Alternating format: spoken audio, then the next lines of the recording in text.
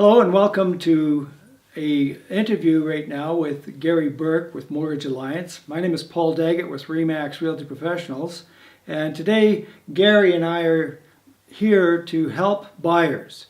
So Gary, something else that I'd like to ask you is something that the typical buyer has, especially first-time home buyers, they really are not totally cognizant of the difference between a pre-qualification and an actual mortgage approval. Can you expand upon that, please? No, absolutely. So I'm going to actually break it into four components. Okay. So you've got a pre-qualified mortgage, you have a pre-approved mortgage, you have a conditionally approved mortgage, and you have a fully approved mortgage.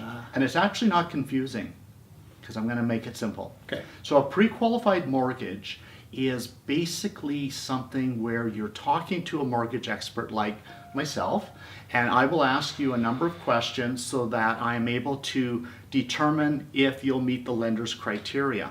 It does not get presented to the lender, but it is primarily used for somebody that's thinking about buying perhaps 4 months later, 5 months, 6 months, beyond that, because a lender will typically only hold a rate for 4 months. So there's no point in going any further than just getting a sense for your qualification. And this is where you want to work with somebody that has experience, because the lender isn't looking at it, so you want to know the person you're working with understands thoroughly what the lenders are wanting. So that's the pre-qualification, and it can be very important for somebody that is perhaps new to home buying. They're not sure if their credit is where it needs to be. They're not sure if their income or their down payment options are understood. Then I will go through that, and that way we have a plan to get them from today to the point in which they're ready to buy a home. Right. So that is the pre-qualified. Now the pre-approval is a little bit different because we do the same thing, but we take a little bit more information. We actually put an application together and we send it into the lender, and they run it through their systems. What people don't necessarily understand is that for the most part, no person is looking at your application. It's basically scored by the computer, and it's a yes or a no based on that. Oh. Okay, so all a pre-approval does is give you a rate hold for a certain period of time, and that can be 90 days or 120 days. Most of my lenders, it's 120 days. Okay. But somewhere in that range. And that's why I was saying you'll pre-qualify if you're not looking to buy within that range, get you ready. And once you're within that range, then a pre-approval is a good idea because you can lock in a rate. So if they start to go up, you know the maximum that you'll be able to borrow at.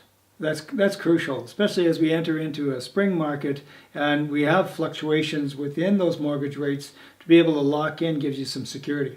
Absolutely. You know, it's just one less thing to be concerned about when you're out looking for a home, because there's so much to do on that side of things. Why worry about the financing? Have that set aside so that when you find the house you love, then you can move forward with confidence that the financing will fall into place. Perfect. Okay, so that's your pre-qualified mortgage. Rate hold only is what you want to keep in mind. Then you go and you find a beautiful home for them, Paul, and they're ready to get their financing actually approved. So I'll work with both yourself and your customer. The offer will come in to me. I'll finish off the application. Then it's submitted to the lender. This is when the lender comes back and says, we will approve this subject to these things. The most obvious being income, down payment, and a number of other things as well. And I do make it the habit to gather up some of that documentation in advance so that we're not facing any surprises when everybody's excited and all they want to do is get the home. We don't want those things to happen. So as necessary, I'll usually get some information up front so that we're not disappointed with the outcome. So once we get that conditional approval back, all the documentation that the consumer or the customer provides will go in, and then the lender will review and then remove those conditions to the point where all those conditions are removed, and now we have a full approval. Okay, and that's the key point, and this is when you really get excited because I'm able to go to the customer and yourself, Paul, and say, all the conditions have been met. You may release your financing condition, which is a major benchmark in the finalizing or of the home purchase. And traditionally, when that does occur, you send out a letter, is that correct, out to the realtor as well as the client themselves? Or do you Correct. need permission from that client to send out the letter? Yeah, up front, I determine what the privacy requirements are from the customer. Good. And most often, they're looking for us to work as a team. Yeah. All the customer, you and I, all working together. It all goes very smoothly. And with that in place, then I will send an email to both yourself and the customer saying that the conditions have been satisfied and you are safe to remove your financing condition off your offer. So, and to wrap up here, Gary, there is some news out there that there is something coming down the pipe that is going to influence the typical buyer today that is not far off. Can you share with us what's going on in the industry then as to how it's going to have an impact on buyers?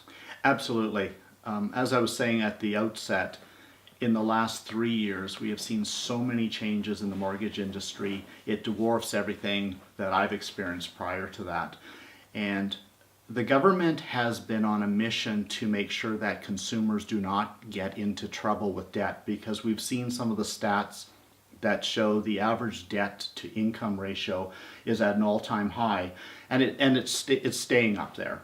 And the government is in particular concerned with the Vancouver market and the Toronto market, although there are some others that have been identified as problematic. At one time it was Calgary, and CMHC, the Canada Mortgage and Housing Corporation, has actually lowered their concern level around our market. So things are coming into a healthier spot from their perspective. And that news, what you just mentioned, is really recent because that just Yeah. came hot off the press. Exactly. Which is great. Just came out. So, it tells you that things can correct, but we are seeing in Toronto and Vancouver, which is a huge part of the Canadian market, that prices have been soaring up. So the government's response has been to tighten up on the qualification requirements for people to buy. The unfortunate part about it is in certain parts of the country, including ours, tighter qualification requirements aren't very helpful. But they're trying to figure out how can they cool off those bigger markets so that the consumers don't get into some trouble. I see. Yeah. So a couple of things that have already happened and are starting to affect consumers right now are the qualification rate. So traditionally the banks have had posted rates, but nobody for literally a couple of decades has ever paid posted rate for a mortgage. But it is being used now as a means to qualify people to purchase. And they call it a stress test. And it's basically to say if mortgage rates shot up to currently is 4.64%, would people still be able to afford the house? And that's what we're qualifying people on. So it's made it quite a bit more difficult. And the other things that have come about is reductions in what can be insured. So for example, at one time we could insure refinance transactions and rental properties. Can't do that anymore. So people are going to have to plan a lot more for what it is they're trying to do in order to meet the new qualifying criteria. I see. Yeah. So there's not as much latitude for people in that type of market, where, say if they're an investor or looking to just buy a property and rent it out, then those types of mortgages that might be even a conventional mortgage to get them insured is not going to happen. That's correct. You can't insure them now, and there's a couple ways mortgages get insured in this country. One is the customer themselves pay for it, and it's quite well known that if you have less than 20% down, you must pay for mortgage insurance. Right. And at one time that was 25%, but now it's 20%, and that's fine. But for those people that have the conventional mortgages, so more than 20% down, it's little known that lenders will often insure them at their own expense because that makes them relatively safer. They can then package them up or securitize them, it's called, and send them off into the marketplace. Allows them to free up their capital to loan out more money. So it's one of the few instances that the bank actually absorbs a cost that is to them instead of passing it on to the public. Absolutely.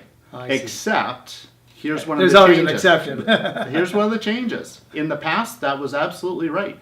But now what we're seeing is the lenders are absorbing higher interest costs on those, higher mortgage premiums on those deals. They're now passing them on to the consumer. Ah, So a person that has an uninsured mortgage can end up with a higher rate than somebody that has an insured mortgage. wow. Yeah, so that's a big change. That's something to consider then. Yeah, You're not paying cash for the home and you are getting some type of mortgage.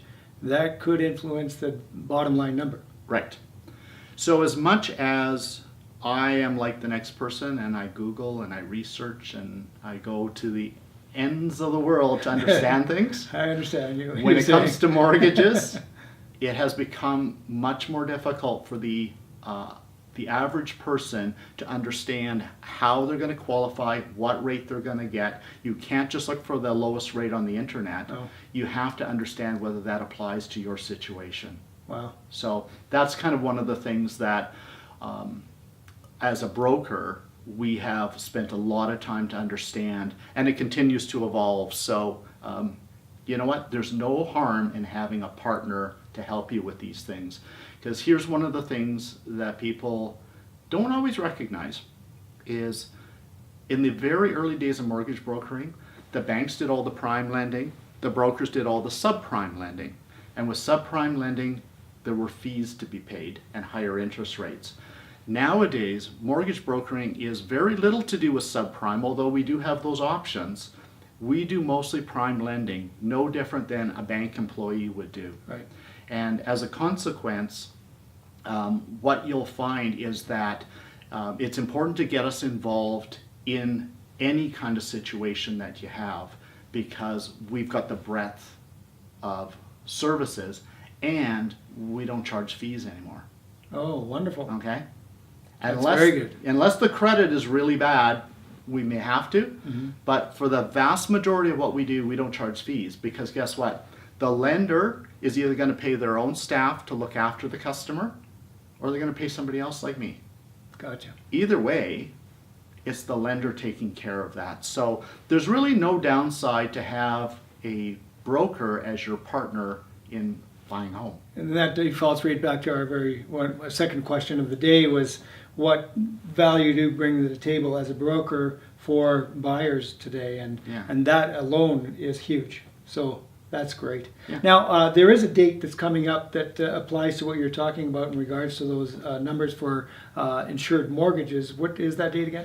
Well, March 3rd or March 17th, Okay. there's going to be an increase in premiums.